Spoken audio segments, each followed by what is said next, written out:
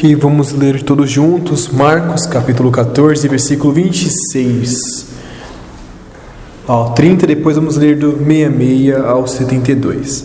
Tá bom? Marcos capítulo 14, versículo 26 diz assim: E tendo cantado o hino, saíram para o Monte das Oliveiras. E disse-lhes Jesus: Todos vós esta noite vos escandalizareis em mim, porque está escrito: ferirei o pastor e as ovelhas se dispersarão. Mas, depois que eu houver ressuscitado, irei adiante de vós para a Galiléia. E disse-lhe Pedro: ainda que todos se escandalizem, nunca, porém eu. E disse-lhe Jesus: em verdade te digo que hoje, esta noite, antes que o galo cante 2 vezes, 3 vezes me negará. Mas ele disse com mais veemência: ainda que me seja necessário morrer contigo, de modo nenhum te negarei. Da mesma maneira diziam todos também. Versículo 66 agora. Versículo 66. E estando Pedro embaixo no átrio, chegou uma das criadas do sumo sacerdote, e vendo a Pedro que se estava aquentando, olhou para ele e disse: Tu também estavas com Jesus o Nazareno.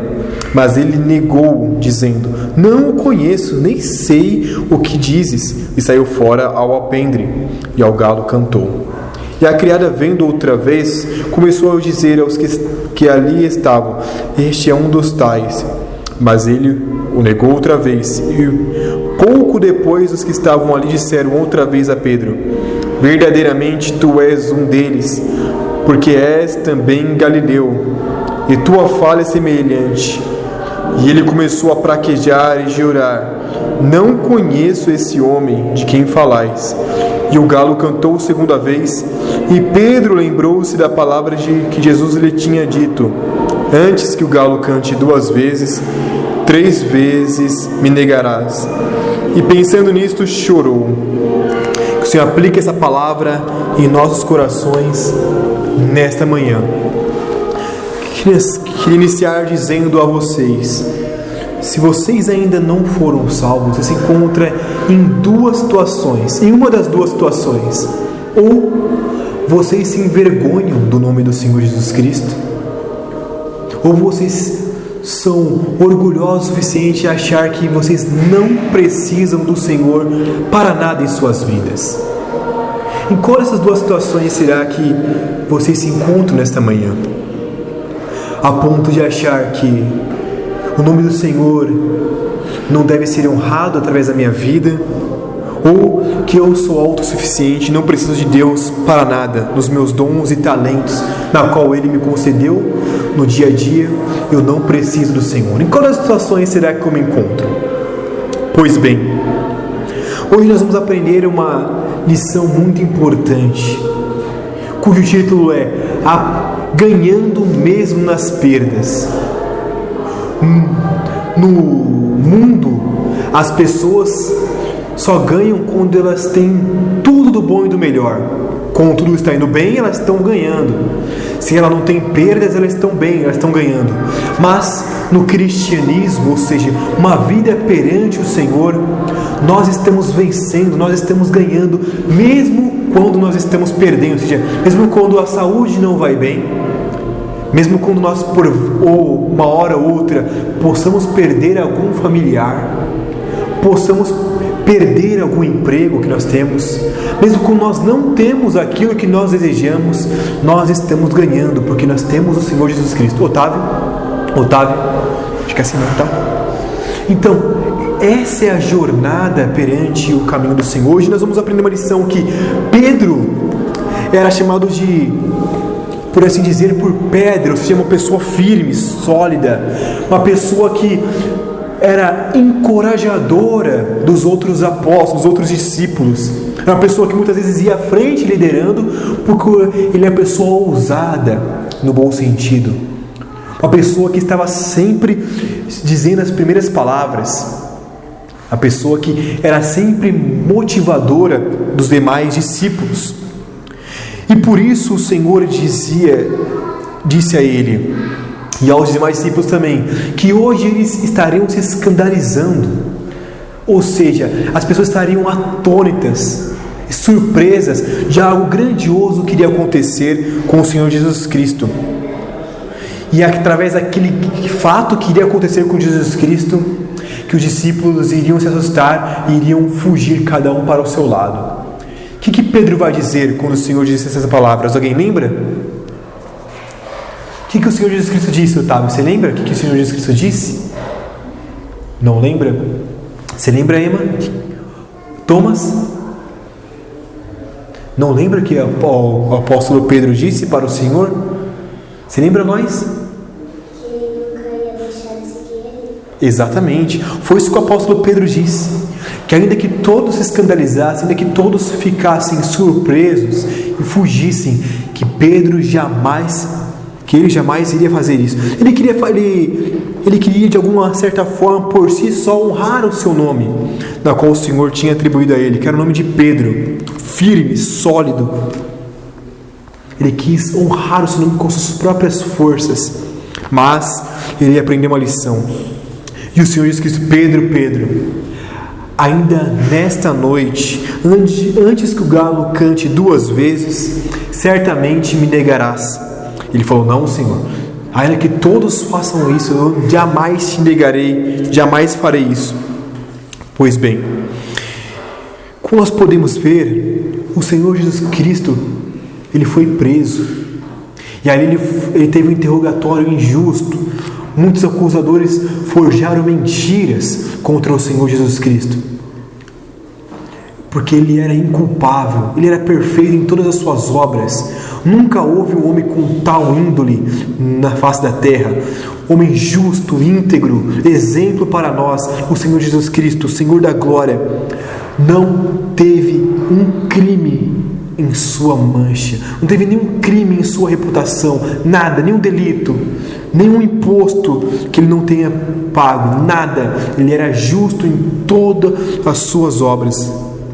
Jesus Cristo estava ali com um julgamento injusto, diante de um julgamento injusto, sinédrio, homens forjando mentiras sem sucesso, e ele calado, sem se defender.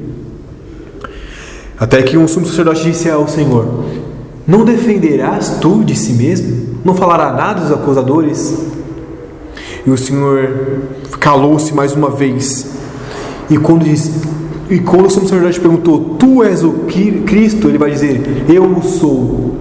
E em verdade vereis o Filho do Homem vindo em glória, assentado à direita de Deus. E os homens ali começaram a esbofetear e a espancar, cuspir em sua face, puxar seu cabelo, fazer todo tipo de humilhação diante do Rei da Glória. Imagine só, o próprio Rei da Glória estava morrendo. O próprio Deus, que agora está entronizado nos céus agora, neste momento, ele foi humilhado por causa de mim, por causa de você.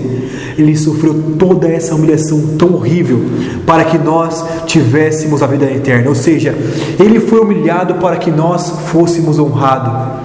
Ele sofreu humilhações. Ele foi horrorizado para que nós tivéssemos a vida eterna. A Bíblia vai dizer em Isaías 53 que ele tomou sobre si as nossas dores. Ele foi humilhado. O castigo que nos traz a paz estava sobre ele, e pelas suas pisaduras nós fomos sarados.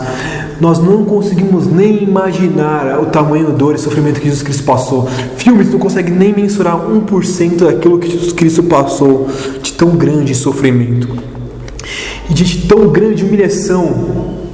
Pedro, que acompanhava ele de longe, somente observava.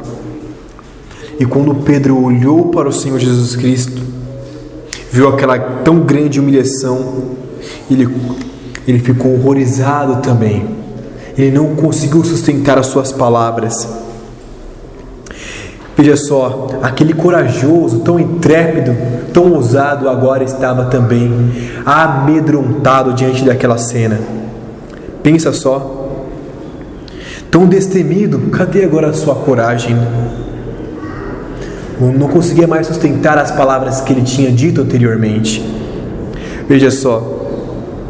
Mas que interessante. Quando uma mulher foi interrogar a ele, ele começou a negar ao Senhor Jesus Cristo, dizendo: não, eu não conheço ao Senhor Jesus Cristo. Eu não conheço a Jesus a quem falais. Primeira vez que o Senhor negou, que Pedro negou o Senhor. Na segunda vez que as pessoas foram dizer a ele: não, pela tua fala certamente és um dos tais também, certamente és um galileu. Não, não, não, eu não sou. E Pedro negou o Senhor Jesus Cristo pela segunda vez. E pela terceira vez, quando ele foi negar, não somente negou, mas ele jurou que não conhecia o Senhor Jesus Cristo. E também ao ponto também de praquejar, ou seja, de amaldiçoar o próprio Senhor Jesus Cristo. Veja que ponto ele chegou, o apóstolo Pedro. Que ponto ele chegou. A que ponto nós podemos chegar se nós confiarmos em nós mesmos? O pecado, ele é gradativo para a ruína. Ele vai tomando força. É como uma avalanche. Ele vai ganhando força, ele vai ganhando força.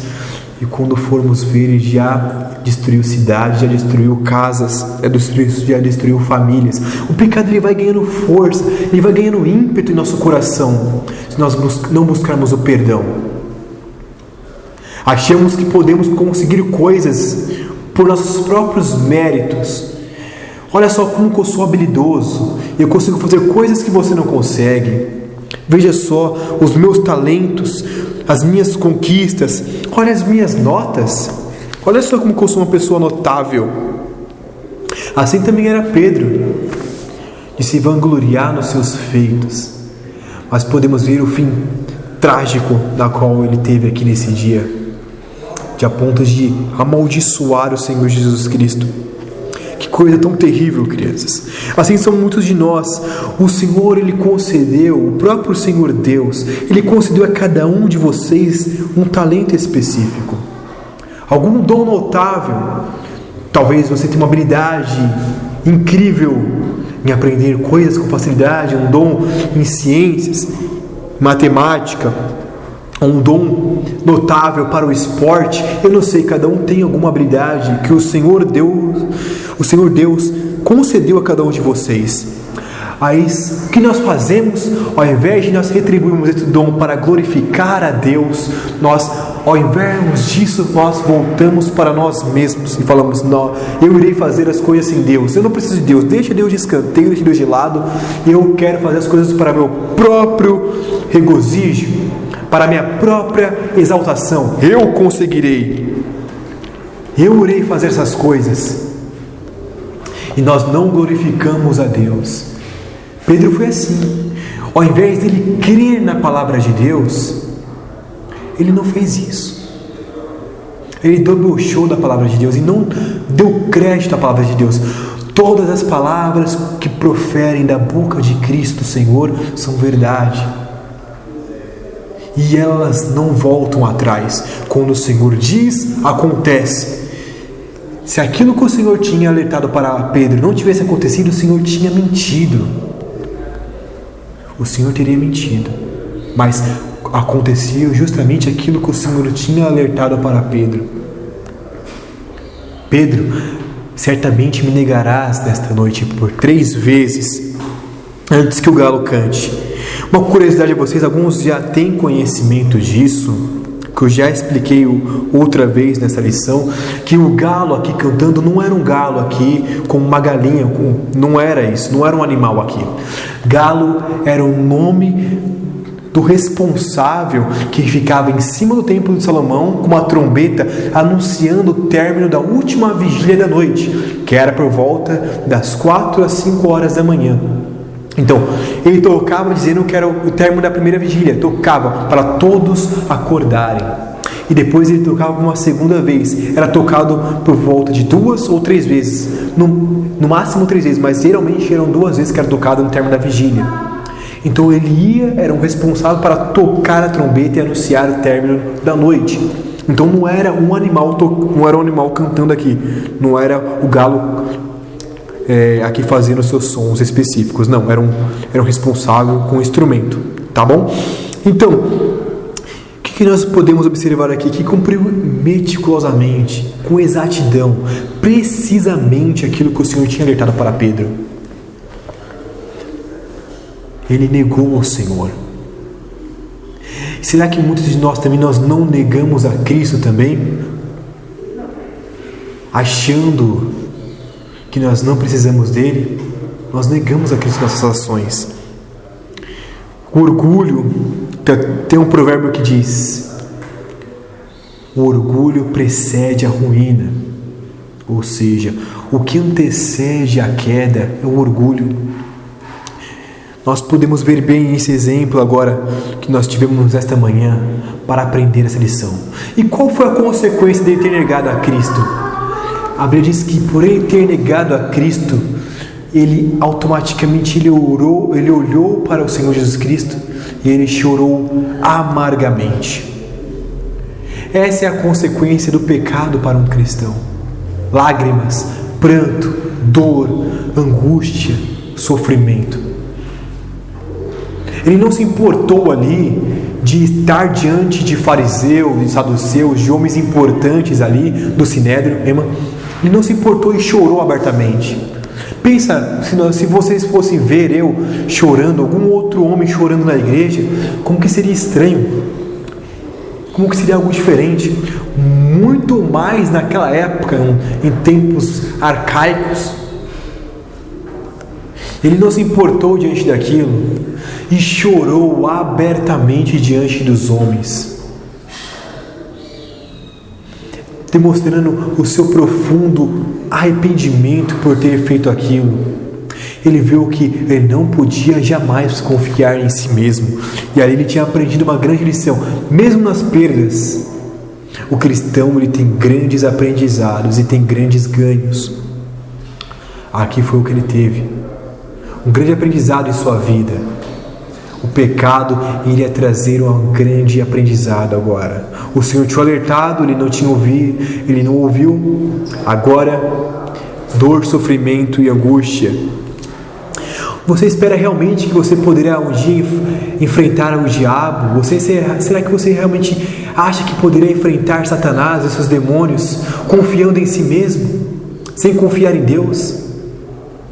Vocês terão grandes dificuldades na família, terão grandes dificuldades na escola, com professores dizendo que Deus não existe, professores dizendo que os dinossauros viveram há milhões de anos atrás. Pode falar, Emma. A minha amiga não fala isso, que eu escola adventista. Ah, que bom, hein? Que bom. Mas certamente nós teremos pessoas que dirão isso. Talvez na faculdade, na escola vocês têm esse privilégio, mas na faculdade, no trabalho que vocês terão um dia, pessoas irão confrontar vocês. Mas será que vocês irão conseguir convencer a pessoa sem Deus? Nós iremos ser envergonhados. Vocês irão ter muitas dificuldades. Será que estaremos preparados para enfrentar talvez a perda de um familiar querido? Será que estaremos preparados para isso?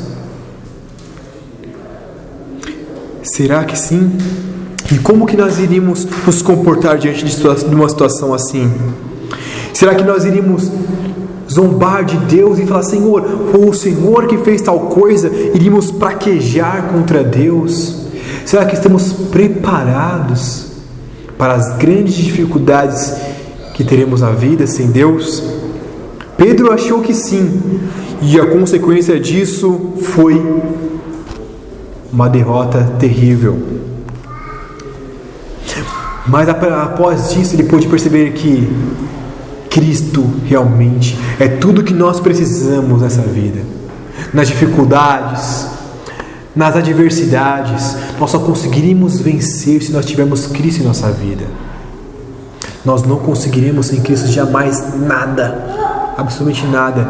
E se nós conseguirmos alguma coisa, nós não iremos retribuir glória a Deus. E aqui ele pôde apreciar muito mais Cristo, o apóstolo Pedro. Veja como Cristo é precioso aos nossos olhos. Nos momentos de dor, nos momentos de agonia, Ele está presente em nossas aflições. Ele pôde desfrutar de um verdadeiro e genuíno arrependimento em sua alma.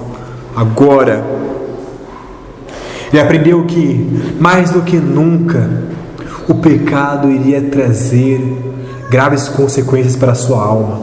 O orgulho, a soberba, a altivez trouxe a ele marcas profundas. E agora ele pôde experimentar de uma coisa muito maravilhosa. Quando alguém te ofende, muitas vezes nós olhamos com um olhar de raiva para aquela pessoa, com um olhar de desprezo, com um olhar de angústia.